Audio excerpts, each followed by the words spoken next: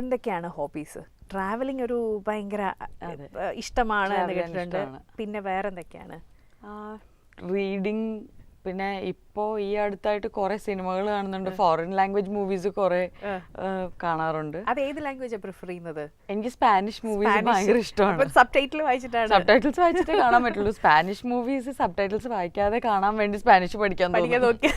എനിക്ക് ഭയങ്കര ഇഷ്ടം. പണ്ട് മുതലേ എനിക്ക് സ്പാനിഷ് ഫിലിംസ് ഭയങ്കര ഇഷ്ടമാണ്. എന്ന് വെച്ചാൽ നമ്മുടെ നാട്ടിലെ ലൈഫ് സ്റ്റൈലും നമ്മുടെ ടൈപ്പ് ഓഫ് റിയലിസ്റ്റിക് മേക്കിങ്ങുമായിട്ട് വളരെ സാമ്യമുണ്ട്.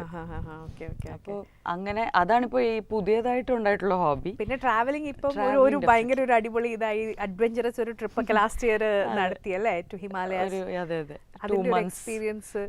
അത് ഒരു അൺപ്ലാൻഡ് സോളോ ട്രിപ്പായിരുന്നു.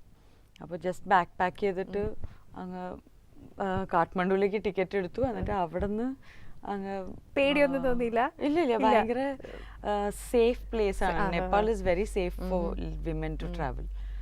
അപ്പോൾ അങ്ങനെ വളരെ കാഷ്വൽ ആയിട്ടുള്ള ട്രിപ്പായിരുന്നു. പക്ഷെ അതിൽ വിചാരിച്ചതിനേക്കാളും കൂടുതൽ കാര്യങ്ങളൊക്കെ ചെയ്തു. അന്നപൂർണ സർക്യൂട്ട് ട്രെക്ക് ചെയ്തു. It was an awesome time. It's A fun experience അല്ലേ? അതെ, ഡെഫിനറ്റ്ലി. നമ്മളങ്ങനെ കുറച്ച് റിസർച്ച് ചെയ്താൽ നമുക്ക് വളരെ സേഫ് ആയിട്ടുള്ള കൺട്രീസ് ഉണ്ട്, സേഫ് ആയിട്ടുള്ള ടൂറിസ്റ്റ് ഡെസ്റ്റിനേഷൻസ് ഉണ്ട്.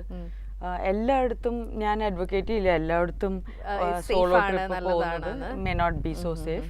പക്ഷെ നന്നായിട്ടൊന്ന് അന്വേഷിച്ചിട്ടൊക്കെ പോവുക. ഇനി എന്തെങ്കിലും അടുത്ത് വല്ല പ്ലാൻ ചെയ്തിട്ടുണ്ടോ? I'm hoping to do a Europe trip.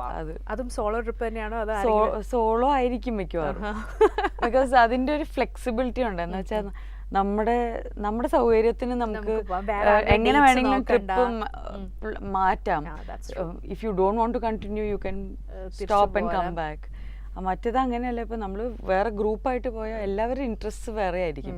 ഇപ്പൊ എനിക്ക് ഒരുപാട് സ്ഥലങ്ങൾ കാണുന്നേക്കാളും ഒരു സ്ഥലത്ത് അവിടുത്തെ ഒരു ലോക്കലായിട്ട് ആവുന്ന ഒരു ഫീലിംഗ് ആണ് ഇഷ്ടം. ഫുഡും അവിടുത്തെ കൾച്ചറും ആൾക്കാരും.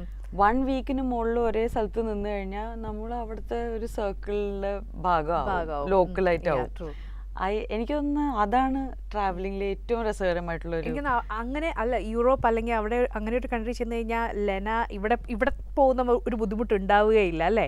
ഇവിടെ പുറത്തോട്ട് ഇറങ്ങി കഴിഞ്ഞ് കഴിഞ്ഞാൽ അത്യാവശ്യം 4-5 പേരെങ്കിലും വന്ന് അല്ലേ, ആ ഒരു ബുദ്ധിമുട്ട് യൂറോപ്പ്. എനിവേ, അപ്പോൾ ഇനി അടുത്തൊരു ട്രിപ്പിൽ ഇൻസ്റ്റാഗ്രാം കുറെ പിക്ചേഴ്സ് ഒക്കെ ഞങ്ങൾ വെയിറ്റ് ചെയ്യാണ്.